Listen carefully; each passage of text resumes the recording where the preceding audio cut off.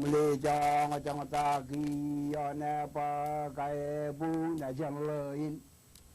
Công lê trong ta kỳ nè pa cái bu nè chẳng lời Jiringi ta le manu ta la tau wa tau jiringi to la wi ta le ga la wa jira ni te na ka bu lang lang ni nge mu nan goro nan guru jodo wat nan goro jodo kala abung do ane makara ta ba dai do le jiri ye ai ni jibli to wat Komolan lala to kalau bandre kagari nim jabi utang ini kado jaran ini komla guru jela komru jim ran ya ran gilo ini ran gai wa ini binnin dana amala la biro binnin jika jaga jagi janawan jika jaga jagi ini gejala itu mur mani ini matang laga dan malang itu boleh jibui tograk jibui mani rai dilie ragai dilie oleh agam kala jale iligi jale no to nal jana makar gigi najala bungi lino Majada ane kaini ane la tagi yang takala tagira taga jone mejela tago muru yari tarwa kolawi nga kolawi ra jabala taga nan ruo jogorino jogor no begitu kala go yaude gajan legene kadan lege jaragilo nagara ini wa mana wa boje me jaraga dalago jalaro dione metoin Eli baban laga wajah iri lama tiga cini kali. Aku taraga janwar me jama kapalang lalu katan ralim rada. Lale lain giam tergiang. Lalu ralang ini yang je tagiang je tagro komro lagu tergiang. Ya muru ya lamarein capala kemuar yang loyur yolgi ndami melakat jigrang ban wain eni bigari tu ya lagi lamam tu ya jawalo puji kamaro lita buita ini me jigragi toni najim to mai jimin re dal delia capala tagajani bugina jeng legi ya wa wa ini kulit jawa tahu diardak bujin nang le bukan colok ikan mejo tu le kulit bing le ini menolak gaya joni beri gaya yang apa ya aku komodum jet virtual nale program ngon meja tu jangan lawar tu meja tu in kia program ini kanan rajang capre dar mit ikian alban magdud gain wuj rajwalo ijin ena take kum kanan rong imek ga rajwalo ikian caban kanan Pwede na to capre nan ko kacito to kawingan program ini email ang magdo ko kumna jiloy ijilla kun gain ko imrajber yumudal imwanagan Robert Ramos Enterprises eoy me kamagdo awalaban magdo gain an alele program yon me jado to ilo dialin chave jubulyo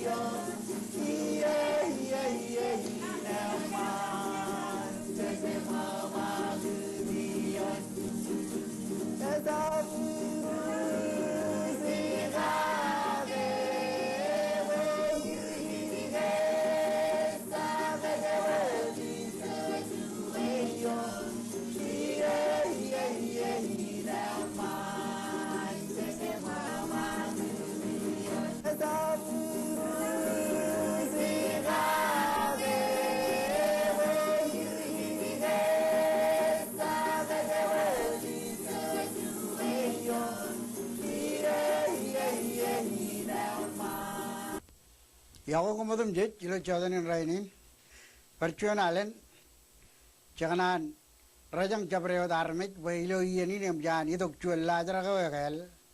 na berdok yon meja to in kia eo meka amilo ilo iyanin ak chodanin rainin ijo moda ilo yadan chicken charbalin eo chitna yadan alile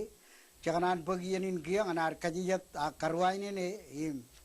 Kedraman rodum jadi rejber ipen program ini loan naja maget kap olor lajar lagi ne bojak nganan pelogyon mejato to cabreo jigin ilo belagan tiudin pajoj naj berkoba ipen ron kia yang ini program karo koba imbek limon ron ilo an naj kamaget kejoj ilo cabreo melaneo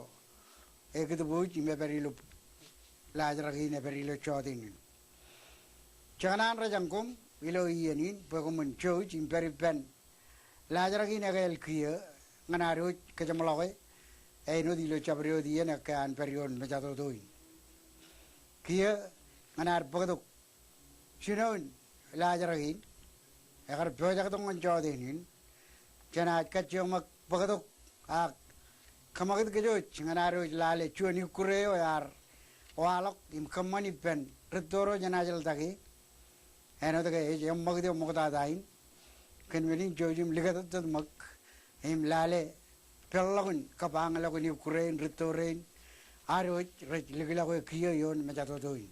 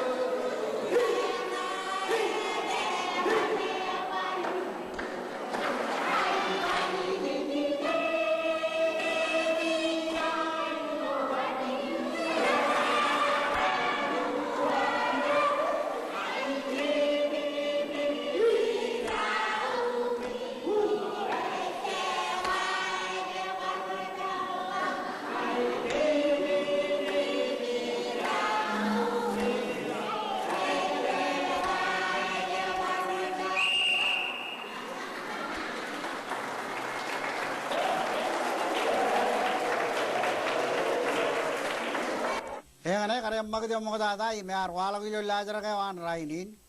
im kumallo ido jan ka rutoro ilo ajal tage oi me ar bulik man iyenin aroj iyenin giya janaj bagdo pijain nganaroj loy em pijana kum re mana jam lo kiya oi me jan chidman man iman me jam yoj oi pijain ro em manin mili ilo iyana chuan dajin radam jon bugim chiljino Kamani lo ailang ligip. Lamaran ay rock of larigna kum remana jam loer im rejit man man iman me jam ikiya all be rech em manin mile ijoge rar berilo ailang ligip eno de ilo ligip liglal ailang chicken rimle ye kapiro jro air em ar matan ar me jro rar cherbali pen iro jro im ka ba ka jro ijan e jerrane kum remana jam loer kiya Lene tuan ming edan leone, lene tuan puj marong edan an makat, angal laring na ichuda ki olave roich laven. Awlip armej rain rejito jan ailing in mili. Eleng chigir ilo ailing in lige bimrar cholo eleng iyo gut. Ilo angar or iroch jan ailing in mili regen peri jan another eleng chigir ye, cherbali penaba kajaran ijan. Ecap alikar ken on ro nejin armej rain pada lamare in ragarik bung bung ilo air gar chokoy ligep ligilal ragji lain kan air region komna jala gilok ngan ligep ligilal komna jalo lain ikille bakan ken yar ngan lig air reo im karbop kodagen ni mebab kadakan od lamarane como iloir ilo pijana chodini nem lamarain chilu eori ay rar me kim kallibu na ilang ligep ngelaben e ko belen yar kallib elang e chab ligep ko ilo ilang mile e chab kana jali kar yen kallibu yan e jabam parali kar organ na jil lamarain ro belen e chok na jirak ngelaben e ko elang an kar kagajriri karchoni air ngay jumayar kemi meji terror raimach chap terror pinjan raimach ngay jumayar kemi meji oi me charbal giyo ilo chicken kambanwani tireo wan company nan emelang kumkana ne orang enan ko releng imral blok iki chenot neural laven waringane ego chojum keba ailo yani jana mag chen pijain nelele gujral raberi pen eo jar kwala wedan kiyo imelang kumkanan pugi melele ko relab chojum keba dar chabreo rimlero nigul lamarin raberi oni rainin kiyo jana mag chen pijain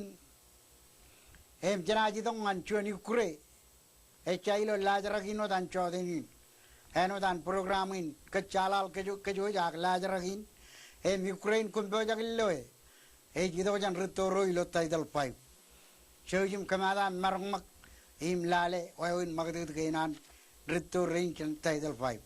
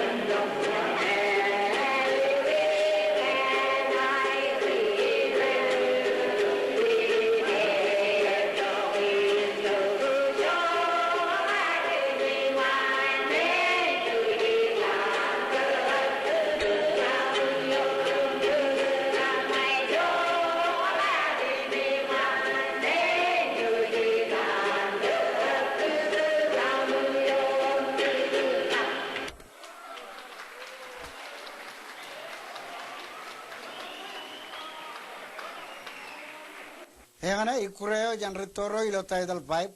Ewi mem jair likarang yon mejado to in kia. Imem jaro jeloy. Em kia jelawar narin kamululir. Keni kure man wair. Kia kejamin kecala lot gej. Ilo lajrak na choden in ilo pelagan lalin ak majalin ak janan roja ke jet nujugo relat im remel gue cergair ak cergan air pelok ilo mejado to in aro ilo lajrak in choden in kenemenin cijirik jaga in nu chen ailengin mejroe janat kaccio mak roja ke ilo yen chojum roja ke mak omol ron kagi yelagun Wat karo joloko meraj kaman chen high school ko ages Marshall Christian High School ever word jet karo joloko raj kaman iblagan tuyudin em karo joloko in raj arpak chigir ilo tauno ilo udirikan jet kara arpak air pewa never chen evnef programo me lelo melele igichen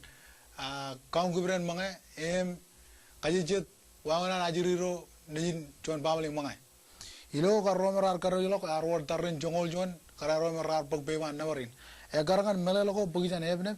ilo aniyo ko chino rajber chamlolok ewar tarin karayabui engolemen kararo rarbak agrelong program ngi ijelagun chanam bain enangin jon matan jilu en rain merarelong emjar pagar bewan nawar ekarkan Mrs. Meke jon yan ro rajbageron program ngi ilo evne Roraj bag bewan nevarin raja gu tabar chokan melelo yakar moda ken program wan evne baran barong bagay ijel lagun karo lagoyo arkamman chinul jon raneo ilo jenrek ever orjon arkamman ilo wanje okia ilo turun memon chuji embar jon arkamman ilo anenerik adakan program gain emen aling itu jabarin reja cerabal no social worker manar melelan jabalgin jabbo arming perngemelen jabalgin eme wawanar jibang jujugun barinar wan malok ngan ceradi abul minan abango mej yoni ran kyoni ar jabarin dos yujoda jangan tawan ini moda ngan programinar lelok kajido moda da arangane even tayo beberon tayo kan eno jon so Hello, choice social worker ngan human services. Cara balko ngai pagar lawyer, ejudo kitchen aja rira dayanan, ejudo kitchen cabayan. Alat agar mi joro menang nangin mijin coren yen benir, in aja riron, red ak cek pacai abuse neglect. Ya, tuh iram lang ako be harmijin nairoin majalin jala tahu ako ikatan cerbalin ko gamay cerbalin me jargo ilo el ta juga jen ilo tu bad mane preventive health cerbalin kitchen cerbal ko ngai kamane kitchen aja rira dayanem capayen it counseling and pam de ko ak ngai kamat counseling ni pen pam de ko in ko tak cirik chen stable annual education pa stable annual education right pagero nutrition counseling armiro mero judo gino child abuse yang may kanjino programin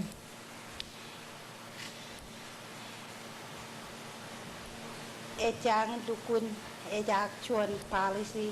aga chain kun ejak program in way chain ng policy ki chain child abuse and neglect tatap your case kain pe me medyo ga rajito ki chain child abuse and neglect enang chuan committee mayan form ana kachiong kamane pen marong word chuan program ejak iki chain child abuse and neglect kolonale ilo programin ajri me ejabun ajri rane me rejabun ege jingan ngagayra bagajuan wan jongok ega jikanan dukun ula jarbalam dan jarbalam rolo yalta juga yang ngagwaj ne ajure na riot yang berrilang tu ila betul gen karo kana jabat nan bin jabangan wat ya tayo ko gamane im tayo el services gamane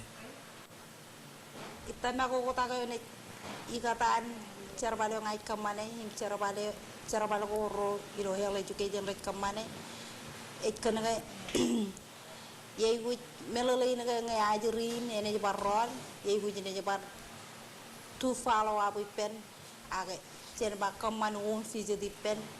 yo muncet ien imitana kay ajurin yai gu jidoy age hel education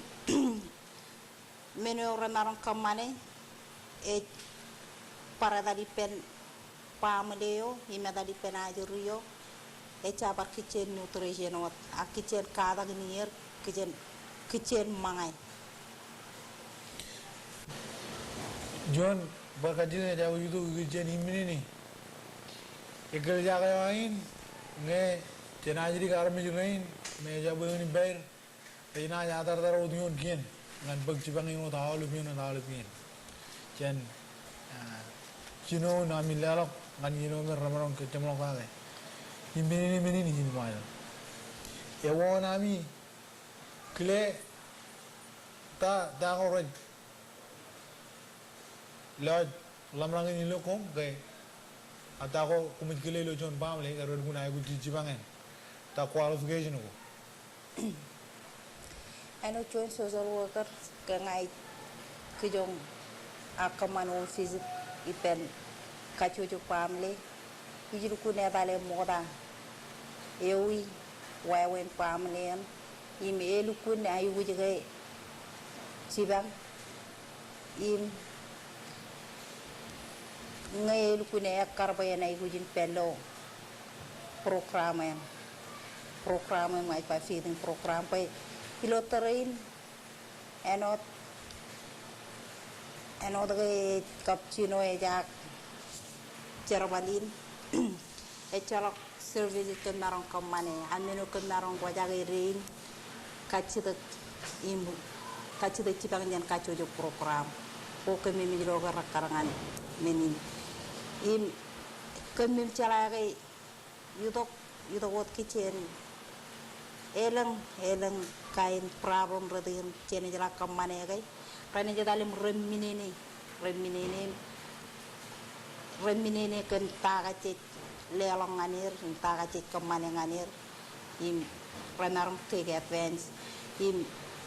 unan gar eja so worker pen dukun lale im yuto tak kamane on fizido en kun lale ngapamale ne dukun ay gu jobe en pek cibang ego yeno kemimit bela cibang anen eleng pejeragin dan anadan program ini dan kitchen feeding program na kay kemimit cap lelong mangayan ngana ajerian lagu ecalok camlak eleng camlakun feeding program yan kemimit ada le naron cilumen katena ini kemanun visi di penajerian ngayin ini loga elai cencongan karpau non aigu jagar kata barai yeno aigu pejarakan ya tadi ngan feeding program ya ewa gia jero kana nongan mag ajiri rana me jabuner ko lawyer la albidal pagamak ilo iyal na ajon ajri aja bengene iri ang ya betul kita ilo anjo na ajri relang lo cabayen im tagdaran rajelo ke ebello nangin minum rej baca bayen kiya eur chun pe barat kan ne tagdaran rek kan ne im pe bayan ke jatarangan a chuanin zulub an social worker im ngi jatangan a putar ngaja talen lale ali ber ngaja talen ciake melo yanam lale ngelang pewa jernih pentak terai ngai cebatal ake jernih lupun kawatata ewat tak teran rekol tok ngan ubi jini pama ke ewat cuan keji ibu jadal ngan aja betul kare imilo ayadal ijadal ecap ngawal ngai jadal ak pararum jena jen helo cukejen kitchen nutrijen aja pari to kupatok Jilo ya karangan nambah ngayar begini na wadana najri ilo war ilo ko baniyo ino warong ral sa kajri mjeri lang igichen na bin jaben pro dia najri ren rarmi ko barango reling lak ilo yo ko ro iman ral dong jijin jo engwalok elange nanalok age ejaman lok program itamak elun payang la blokan man payilokan 1987 im 1988 yo ragar cibu cimjon mul cima kezin cabayan paru tongan ubizin ime ragar conguro kez in cabayan imrar mi juto kot cen nangin mijin kia kajito kali kana kantor kolmak kiro na kaya arami kiro yun lo yal kana One la beli dore kia nagar tahu aku konar min lelang mana. Pon mama. Lu dore je cuan yo mecerwadi. Ilo bijuan human services. Ilo bijuan mental health. Eor cuan pen. Eor emeni najeri. Cerwalewan. Iloan pel ilo human services cerwali ipen ajri rada cabayan ecap cabayan wat akbar child abuse neglect pen ilo bijen manan par cibang teenager family rajai with counseling kitchen problem go kitchen family Ilo yani na jalok kajida kage eno ta game jaro rong jaga jijirin matan nujugo jargi lo lajargi nan chode in koim rej berberion morion majrui che mana no in rong jaga kap kamolo rorar ligla ko nujuge ngan ke ailo yani lajargi na kamak ke jo ngana roj berio muntai daleo barchuan alen bidak bein chiburim chimar ngana roj wadi ko punir magmagi rong jagi tago ak mejal logir ilo tering kia ilo chadinin raini nagar iduk chuan kajidak bayal lap igichen melele nani nap tutu program ini bojak kian tebe yage ak meliagam pubrak chongodan merong no tege cherbalewani jani yen ngani yen nane nagar iduk kajidak igichen engane abdudu tamelele nani abdudu melele nani abdudu ngan rong jage aluje kabrgati the rain abdudu echuan chalayo ejbubik ilo yalin charagar ilo nato kap charbal ko jade yalot chuan richaragar lamnak pen tarnado aga khiek nato ne echuan mano mujan Teber celana riba celaluna, melelin celaluna, celak kabung bet babu adam celak ngewayan ele ligilal age cetayanio. Edan menen celak kabung bet ele yon celak udam jij korej kudubu cerar kilometer. Age lange konaj ligijap cenam keteber celain celaluna, ego konaj berilo abdudu. Kurialang ilo cala turun cala, kap cala imen mur. Ko cala liguman, kap ko cala turun cala. Ijo ke nge jo ta kala me to bai johan ewe ko belok ako jorren. Ak rome rejala luna im rejala kabung bet cara nge la me to na jo ta yumun iyo maleng ak cala wai rejamen ugo tak. Kenege cala luna Eri-eri an cale. Cale jabi ne to kaji to kitchen abtu du cale oil ki jab. Image big. Elang armit ngare charar kilometer racapak calain alabtada arak kejarabal cala turun cala kap calai men mur o awle men cala again cek edanagi ilo edin up to do ken ke jadian ramarong pelok jadian ramarong chabali ang chabalil ilo ang ko angin kedu jadian rajamin cecet air cerak kenege rawalil rajaba moalil per religere air cerak awle benege rajido kilo yalin aptudu engin melelin nani aptudu ela bot kejar balengan medon cerak innem chabreo rikada medo ro rebo jak beren kiek medo atarna do rajai guch edal ngan air rerialok perencap emag elang na buk lo medo chabreo dien elang rijarak rajbuk elang lo medo juga daran lang ugat pereno daran idak kibilang aido yang aido rek chago bungdo jan rear jago nogo no nailang ek pelo on rain rajbuk jalain aptudu arro radi jamlokam rerialok armijan chala ilona rajpabu lo am kabung bet chala kuliya wayan liya hengin melelein nani nagari dokare idok kachida kitchen tain aptudu chala turun chala kap chala imen mur jabam chala ilona iloyen chorren kajan pelo hengin nana kari dok kachida kitchen jana rolok nanin jalla jaraga wan chodenin eno to game jami rong jage kalmur payalang irgachida rein chap chupruer ke ba galile chabreo dien ailo yenin jana bar chebala dong lajaragi na roch lor magdi nani lo chodenin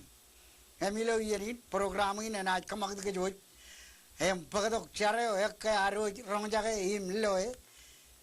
naadair chori kilo ejmur kencuan magdi or bajakin kammanangan kejut kia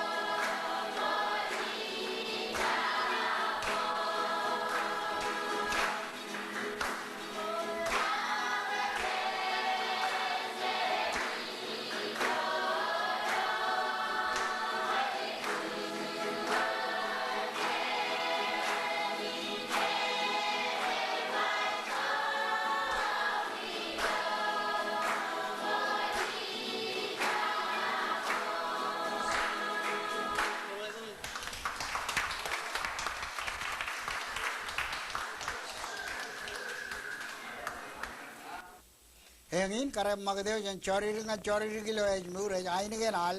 em jami ron jage perlo wina le wair kabi mujin chejle lawar nanin kamololir ken aine gen go rakkang imramman jo jar ron jage ilo lajar gina chodinin kia jana kachong mak kejabala kejuit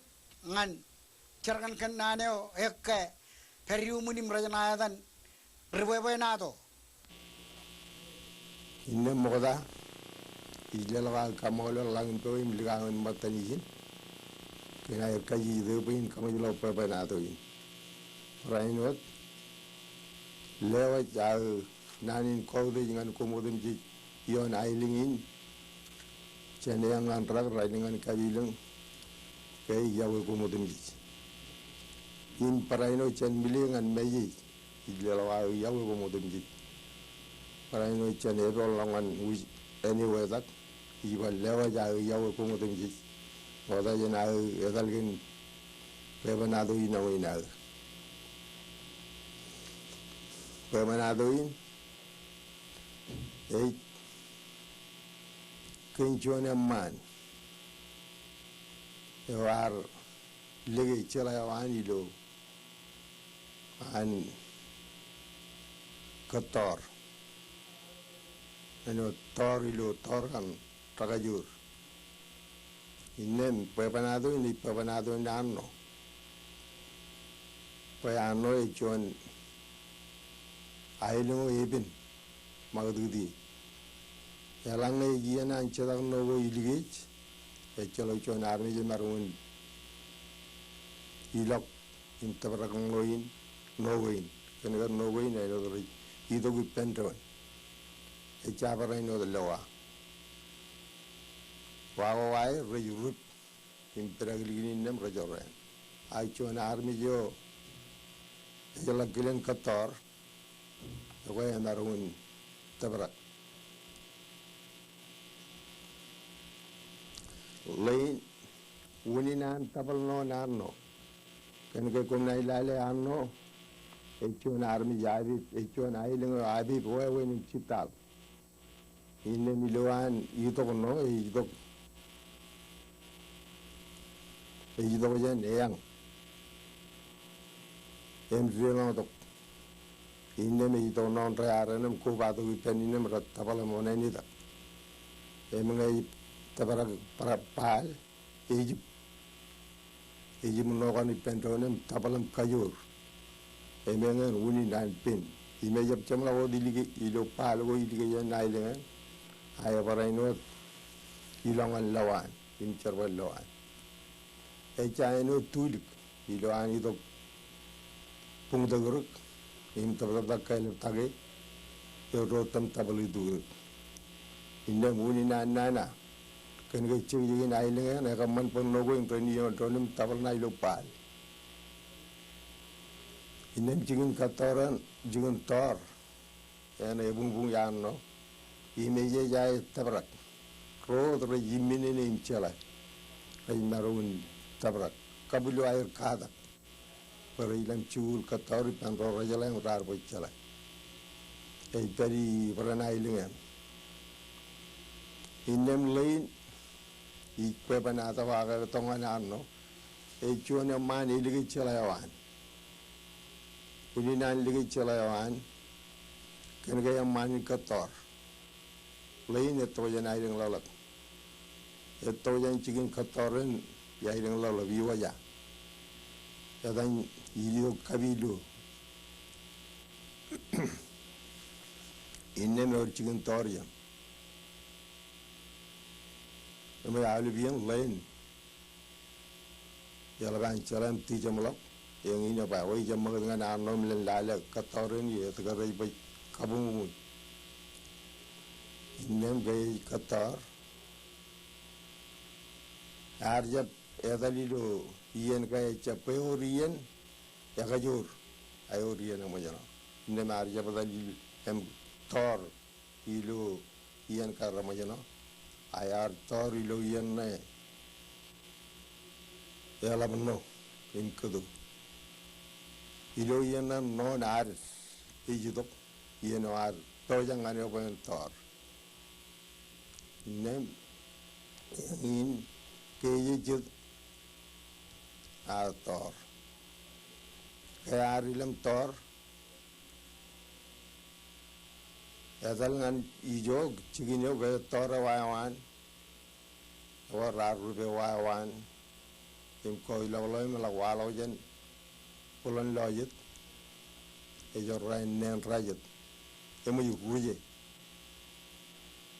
kene ga ijin jakan yilaban pin agi to jina lein de chalawan nagi ejo lamna ga nay gar maro nem komnai lo lein chongol mail madalong rongol ilo turear tuyeng ligeyan langar komnai lo e kado kada gijan ag eto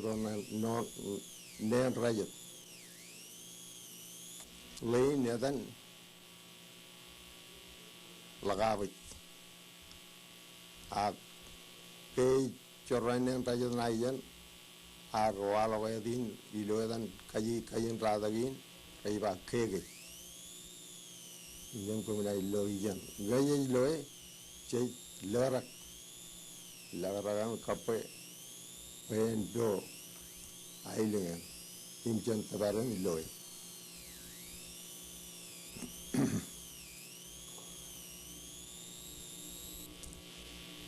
Ikanan pen karo itu cuanim roro ilo royan lain pen narjap projaga karge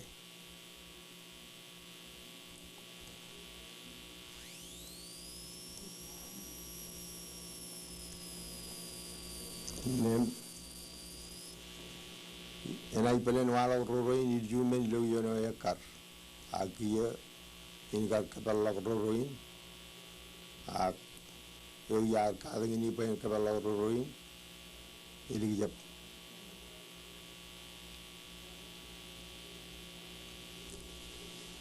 Ingin colo al pergi roin, pengen jam terberak, rojan lain arah kagian. Ya, pengen ada yar kepala lo yeno, ingin itu buat pengen kajam lawan. Ecap lukung cun pebanato,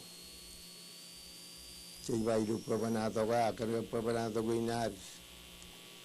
enot, selak kalim jadi, cewek pebanato ayinau ayat ke, enot dijit, kelain, cewek loy, ikalalin dem cewek naruin, lo ayinau orang aja, loy jangan aja kali. Kami menurut cewek pebanato mall. Ini itu pun kejam lawar lain. Pelen yar kanan pun kalau perkanan kecil pebanato ko, tapar wawan mall. Pebajan rani kanan kejam lawar.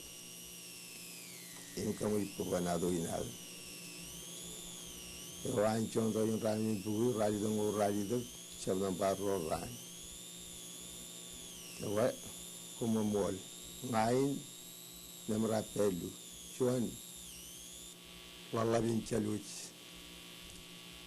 wai yaw ko mo dum ji jawlep kawi padela kamol lanin rol digawrin ko rar chujim pok pawana do ina me ate ene bedlo chigin pawana do ina ro e chailo lajragino dan chodin eno dan programin kecalal kejo jak lajragin Ukraine kun bojak illoe jido jan ritoro ilo tidal pipe chojim kamadan marmak im lale wawin magdid kainan ritorin tidal pipe